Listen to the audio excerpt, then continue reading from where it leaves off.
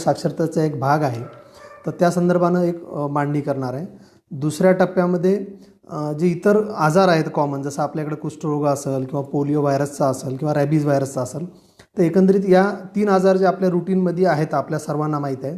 तर त्या आजारामध्ये ही एपिडेमिओलॉजिकल ट्रायड कसं काम करते आणि शेवटच्या टप्प्यामध्ये जो WHO नं 17 मार्चला जो सांगितलेला आहे प्रोटोकॉल, ज्या संदर्भामध्ये एखादा असिम्प्टमॅटिक पेशंट असेल, कोविडचा पेशंट असेल आणि त्याला कोणतेही त्रास नसेल तर त्याला घरी ठेवता येते, घरी त्याला पाठवता येते. तर त्या संदर्भानं गाईडलाईन सांगितल्या, ते पण शॉर्टमध्ये सांगण्याचा प्रयत्न करणार आहे. तर मित्रांनो, हे कहाणी सुरू करणं म्हणजे हा जो संवाद सुरू करण्याच्या अगोदर मी एक छोटंसं एक उदाहरण सांगू इच्छितो, की जे उदाहरण आपल्या महाराष्ट्राला माहीत आहे, देशाला माहीत आहे, जगाला माहीत आहे, ते म्हणजे श्रद्धेय बाबा आमटेंचं. की श्रद्धेय बाबा आमटेंच्या जे कुष्ठरोग्यांसाठी जे काम केलेलं आहे, द्वितीय काम केलेलं आहे जगभरामध्ये आपल्याला माहीत आहे. पण एक विचार करा की त्यावेळेस काय परिस्थिती असेल ज्यावेळेस कुष्ठरोगाविषयी समाजामध्ये जागृती नव्हती, आजार कशाविषयी माहिती नव्हती.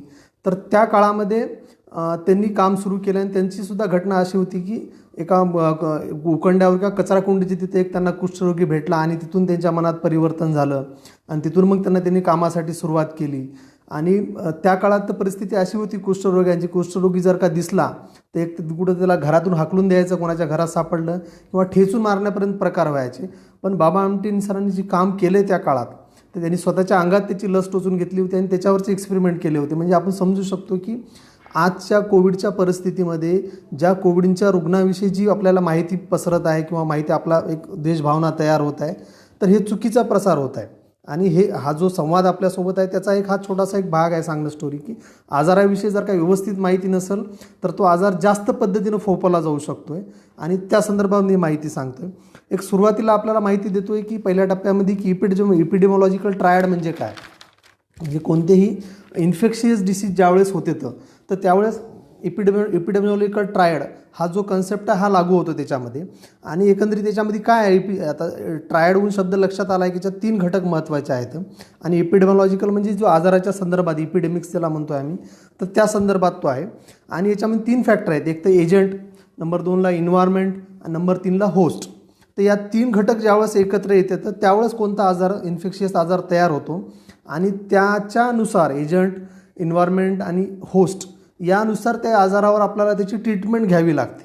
बऱ्याच वेळेस आपण असा जो विचित्र आजार बघतोय कोविडच्या ह्याच्यामध्ये की आपल्याला समजत नाही की ट्रीटमेंट चालू आहे का काय चालू आहे किंवा कशा पद्धतीचं आहे. म्हणजे या आजारापेक्षा त्याची ट्रीटमेंट भयंकर वाटायला लागली. लॉकडाऊन का केलं हे काही लोकांना समजत नाही. ज्यावेळेस आपल्याला हे 3 घटक समजतील, एजंट, इन्व्हायरमेंट आणि होस्ट, त्यावेळेस आपल्याला एकंदरीत जे कोविडच्या संदर्भामध्ये जे उपाययोजना चालू आहे, नियंत्रणासाठी जो संघर्ष चालू आहे ते मला समजेल असं वाटते. आणि एक लक्षात घ्या मित्रांनो की आता आपण बघू एजंट म्हणजे काय या आजारामध्ये. एजंट म्हणजे काय असते याच्यामध्ये की आपण याला आपण जिथं राहतोय, समजा आपल्या आजूबाजूला शेकडो हजारो बॅक्टेरिया व्हायरस असतात. असं म्हणतात की वैज्ञानिक की आपण व्हायरसच्या बॅक्टेरियाच्या समुद्रात आपण तरंगतोय, म्हणजे माणूस जो आहे तो. एवढ्या आपल्या आजूबाजूला एजंटच्या स्वरूपामध्ये बॅक्टेरिया, व्हायरस, पॅरासाईट, माइट्स एवढे सारे घटक असतात आणि हे सगळे एजंट म्हणून संबोधल्या जातात. म्हणजे की एजंट म्हणजे तो आजार होण्यासाठी एक कारणीभूत ठरणारा घटक, तो एजंट म्हणजे तो एजंट असतो. आणि एजंटचं कसं असतं याच्यामध्ये की त्याची प्रत्येक एजंटची वेगळी विशिष्टता असते. बॅक्टेरियाची वेगळी असते, व्हायरसची वेगळी असते, पॅरासाईटची वेगळी असते, माइट्सची वेगळी असते. तर या प्रत्येकाचं एक वैशिष्ट्य असते, त्यानुसार त्याचा विषारीपणा पण असतो. त्यानंतर आपण असे एजंट बघितले की म्हणजे त्या एजंटला, काही एजंटला आपला आहे की औषधी दिल्यानंतर आपण त्याला मारू शकतो, समजा असे काही एजंट आहेत. किंवा तो एजंट जो आहे तो शरीराबाहेर समजा कुठं राहतोय तर त्याच्यानुसार सुद्धा त्या एजंटचं जे विषय माहिती व्यवस्थित असेल त्या आजाराला घडणाऱ्या, तर त्याच्यानुसार आपल्याला त्याच्यामध्ये हस्तक्षेप करून, इंटरव्हेन्शन करून त्या एजंटला तिथंच संपवता येते की जो माणसापर्यंत येणार नाही. आता दुसरा पार्ट बघू आपण, इन्व्हायरमेंट. म्हणजे आपल्याला एक एजंट तर समजला की तो आजार होण्यासाठी तो एक महत्त्वाचा घटक असतोय माणसाला आजार होण्यासाठी, तर तो झाला एजंट.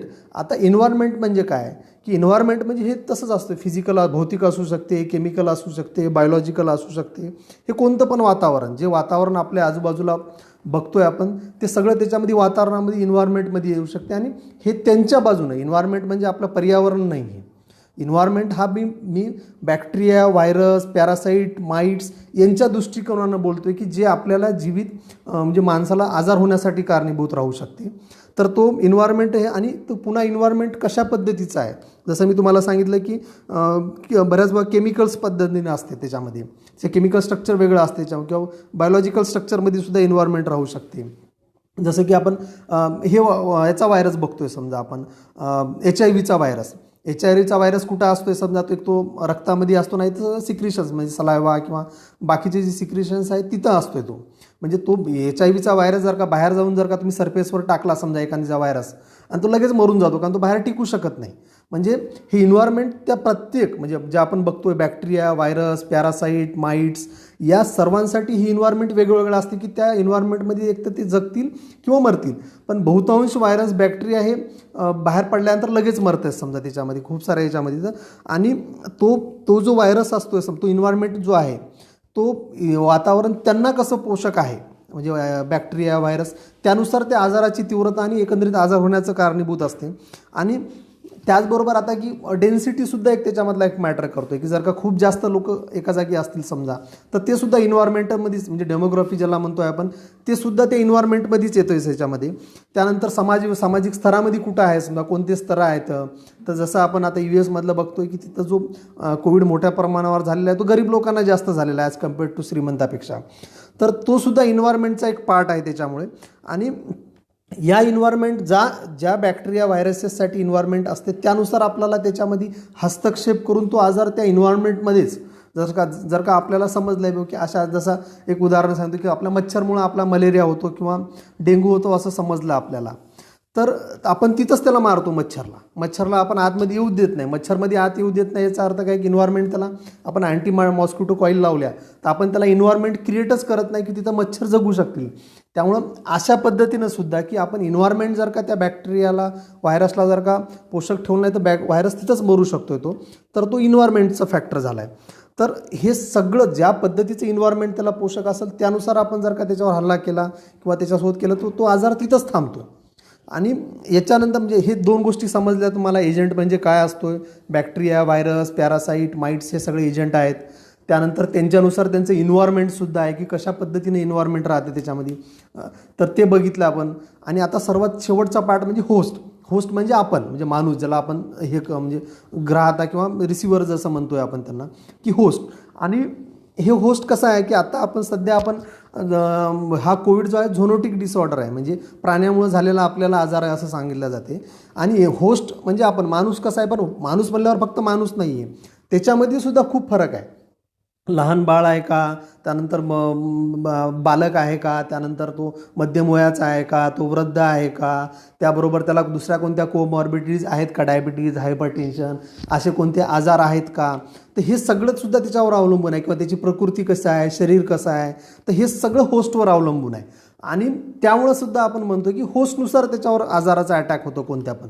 विशेषतः इन्फेक्शियस डिसीज आपण बघतो, काही डिसीज फक्त लहान मुलांना होते, काही जण मध्यम वर्गांना होते, म्हणजे मध्यम वयातल्या लोकांना होते, काही लोक फक्त आजारी म्हणजे वयोवृद्ध झालेल्या लोकांना होते. तर अशा पद्धतीचा एक होस्ट नावाचा एक कन्सेप्ट आहे. आणि ह्या तिन्ही गोष्टी ज्यावेळेस एकत्र येतात, एजंट, इन्व्हायरमेंट आणि होस्ट, त्यावेळेस आपण जे झालेला जो त्यांचं जे कॉम्बिनेशन म्हणतोय आपण, त्याला आपण आजार म्हणतो, त्याला आपण पॅथॉलॉजिकल आजार म्हणतोय आपण. आणि हे आजार जर का ही जर का चेन समजली आपल्याला की एजंट, इन्व्हायरमेंट आणि होस्ट, आणि ही व्यवस्थित समजली तर आपण त्याला ब्रेक करू शकतो. तर नेहमी तुम्ही ऐकत असाल की आपल्याला त्याची चेन ब्रेक करायची आहे. तर चेन ब्रेक करायची याचा अर्थच तो हे होतोय की अशा पद्धतीने इन्व्हायरमेंट हे म्हणजे त्याला आपण थांबवू शकतो की ज्याच्याकडून हा प्रसार होणार नाही. आता आपण त्याच्या पुढच्या टप्प्यामध्ये मित्रांनो की मी ज्या 2-3 आजाराविषयी आपण नेहमी ऐकतोय, कुष्ठरोगाबद्दल ऐकतोय मी.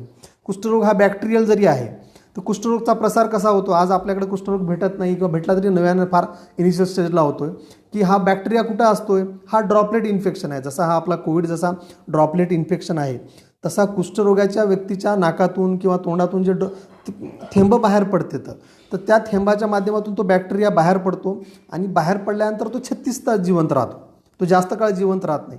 आणि त्या जर का कुष्ठरोगाच्या नाकातलं सिक्रेशन, तोंडातलं सिक्रेशन अप्रत्यक्षरित्या जर का आपल्याकडे गेलं आहे समजा, तर मी हातात पेन वापरत आहे, पेन्सिल वापरत आहे, आणि या पेन्सिलवर जर का त्याचं इन्फेक्शन ड्रॉपलेट पडलं आहे समजा, आणि तेच जर का पेन्सिल मी पुन्हा माझ्या हातात घेतली आणि तो जर का मी पुन्हा तो हात मी माझ्या पुन्हा चेहऱ्याला लावला, तर अशा पद्धतीनं तो एक म्हणजे ड्रॉपलेट इन्फेक्शन आपल्यापर्यंत पोहोचते समजा. तर याच्यामध्ये कुष्ठरोगामध्ये तो आपण आपल्याला माहिती आहे की कुष्ठरोगावर चांगल्या प्रकारे आपण नियंत्रण मिळवलेलं आहे, सगळं हे झालेलं आहे. आणि हे पण याच्यात तुम्हाला याच्यामध्ये एजंट कोण आहे, तो बॅक्टेरिया आहे. इन्व्हायरमेंट कोणता आहे, ते ड्रॉपलेट जे म्हणतोय आपण किंवा जो सरफेसवर पडणार आहे किंवा डायरेक्ट येणार आहे तो इन्व्हायरमेंट आहे. आणि होस्ट म्हणजे कोण, आपण माणूस आहे. तर ही इपिडेमियोलॉजिकल ट्रायड इथं लागू होते. सेम तसंच जर का पोलिओचं जर का घेतलं आपण, आता आपल्या देशामध्ये पोलिओचे पेशंट सापडत नाहीत. पोलिओ इरॅडिकेट झालेला आहे.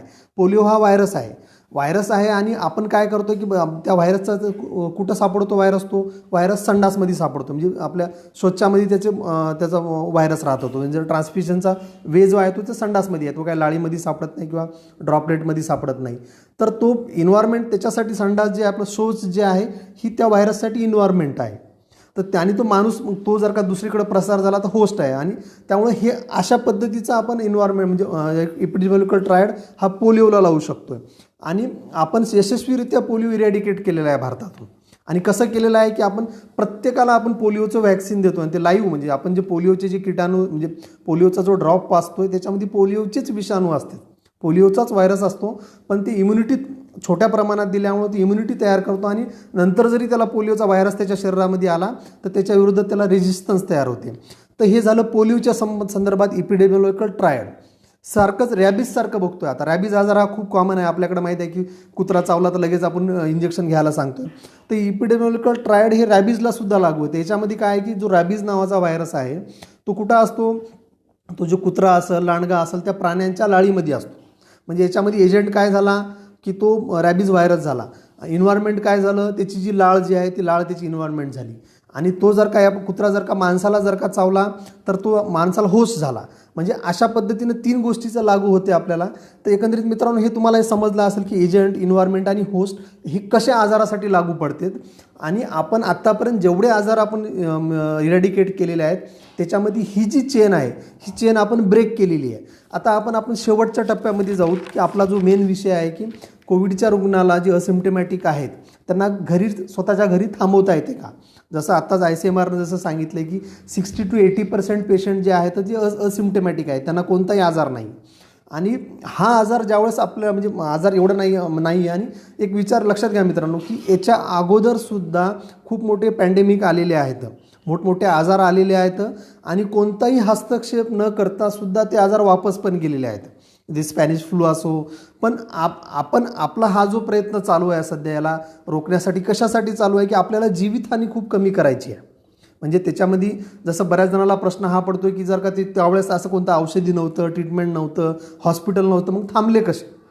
तर हाच याच्यामधला जो व्हायरसचा जो एपिडेमिक असतो त्याच्यामध्ये हाच ते सर्वात महत्त्वाची घटक असतो त्याच्यामध्ये की तो त्याला जेवढं नुकसान करायचं तेवढं करतोय, लोकांमध्ये इम्युनिटी, हर्ड इम्युनिटी तयार करतोय आणि त्याच्यानंतर मग तो पुढच्या जनरेशनला तो ट्रान्सफर होतोय की मग आता यांच्यामध्ये इम्युनिटी तयार झालेली आहे. तर त्याच पद्धतीनं हा कोविडच्या संदर्भात आहे. कोविडमध्ये काय आहे याच्यामध्ये की आपण एजंट बघितला. एजंट कोणता आहे याच्यामध्ये की नोवल कोरोना व्हायरस हा याच्यामधला एजंट आहे. याच्यामध्ये इन्व्हायरमेंट काय आहे की आपण जे ड्रॉपलेट इन्फेक्शन म्हणतोय, थेंबाच्या स्वरूपात जे बाहेर पडते, हे याचं इन्व्हायरमेंट आहे ज्याच्यामध्ये आपण डायरेक्टसुद्धा मी जर का जोरात तुमच्यासोबत बोलत असेल किंवा माझ्या तोंडातले तुषार जर का तुमच्या तोंडावर पडत असेल म्हणजे ही ड्रॉपलेट इन्फेक्शन सरळ डायरेक्ट इन्फेक्शन आहे. पण तेच जर का ड्रॉपलेट जर का माझे या पेन्सिलवर पडले आणि पेन्सिलवर पडल्याने दुसरं कोणतरी या पेन्सिलला हात लावला आणि त्याने तिच्या पुन्हा चेहऱ्याला हात लावला तर हे इनडायरेक्ट इन्फेक्शन झालं.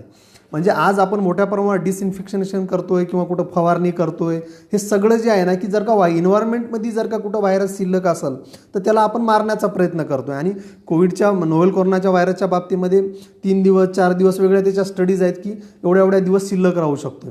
तर त्यामुळं आपण जे स्वच्छता, सॅनिटेशन हे सगळं जे करतोय तर या संदर्भानं करतोय. आणि हाच इपिडेमियोलॉजिकल ट्रायड जर का आपण लागू केला या चेन ब्रेक करण्यासाठी किंवा जे असिम्प्टमॅटिक पेशंट आहेत आपल्या याच्यामध्ये बघितलं की जवळपास 80% पेशंटला काहीच कोणतीच ट्रीटमेंटची गरज नाही आहे. 15% जे 20% 15% आहे त्यांना मध्यम स्वरूपाच्या हॉस्पिटलची गरज लागू शकते. आणि जे सिव्हिअर आहे 5% त्यांना व्हेंटिलेटर किंवा इंटेन्सिव्ह केअर युनिट लागू शकते. तर आपली ही जी सगळी प्रयत्न आहे ती 5% लोकांचं जे याच्यापासून इन्फेक्टेड होतील त्यांचे जीव वाचवण्यासाठी आहे. पण हे मोठ्या प्रमाणावर जर का लोक हॉस्पिटलमध्ये असतील, जर का व्हायरस याचा अजून मोठ्या प्रमाणावर जर का स्प्रेड झाला तर एवढं हेल्थ बर्डन सिस्टीम आपली सहन करू शकणार नाही की एवढ्या लोकांना क्वारंटाईन करणं, हॉस्पिटलमध्ये हे करणं. मग त्याच्यापेक्षा त्यांना घरी थांबवा. आणि घरी थांबवण्याविषयी WHO सगळं डिटेल्स एक 2 पेजचं गाईडलाईन दिलं की काय काय त्यांनी पद्धतीनं त्याला घरी थांबवलं जाऊ शकते, काय काय केअर घेऊ शकते, याच्यावर एक वेगळा संवाद होऊ शकतो अर्ध्या तासाचा. तर मी त्याच्यामध्ये जात नाही, पण एक लक्षात घेतलं पाहिजे की आपण अशा पद्धतीचं जर का आपल्यावरचं हेल्थ बर्डन वाढलं तर त्या कोविडच्या रुग्णाला घरीसुद्धा थांबवता येतील. त्यामुळं अवास्तव किंवा अकारण भीतीपासून आपण वाचलं पाहिजे. कोविडबद्दल जे चांगलं सकारात्मक माहिती देत आहेत किंवा व्यवस्थित माहिती देत आहेत, विशेषतः त्यांना पण ऐकलं पाहिजे. आणि जे चुकीचं प्रसार माध्यमं चुकीची माहिती देत आहेत की एवढ्या 1 महिन्यात आपण करोनामुक्त होणार आहे, 2 महिन्यानंतर येणार, ते फार थापा मारत आहेत मित्रांनो, फक्त जुमले देत आहेत. त्यामुळं हा आजाराचं स्वरूप समजून घेणं आपल्याला गरजेचं आहे. हा एपिडेमियोलॉजिकल ट्रायड समजून घेणं गरजेचं आहे आणि त्यानुसार आपल्या सगळ्या ॲक्शन्स होणं गरजेचं आहे. आपल्याला हा सगळा एक फार भयंकर प्रकार वाटतो, पण येणाऱ्या काळात जर का झालं आहे समजा की आपल्यापैकी बरेच जण पॉझिटिव्ह जर का निघाले कोविडमध्ये, तरी घाबरण्याचं कारण नाही आहे. सहज आपण आता म्हणतो की ऑफिसला का नाही आला, कारण मला व्हायरल झाला होता. तसं कदाचित भविष्यात आपण असंही म्हणू शकू बाबा की तू ऑफिसला का नाही आला, कारण मला कोविड झालं होतं म्हणून मी घरी थांबलो. तर अशा पद्धतीसुद्धा परिस्थिती येऊ शकते. तर त्यामुळं आपण याला घाबरलं नाही पाहिजे, आजाराविषयी सखोल माहिती घेतली पाहिजे आणि या कोविडच्या विरोधात यशस्वीपणे संघर्ष केला पाहिजे असं मला वाटते. तुम्हाला जर का काही प्रश्न असतील किंवा काही विचार असेल तर मला इनबॉक्स करा, मी माझ्यापरीने त्याला उत्तर देण्याचा प्रयत्न करेन. ऐकून घेतल्याबद्दल धन्यवाद. उद्या पुन्हा एखादा विषय घेऊन भेटू. नमस्ते.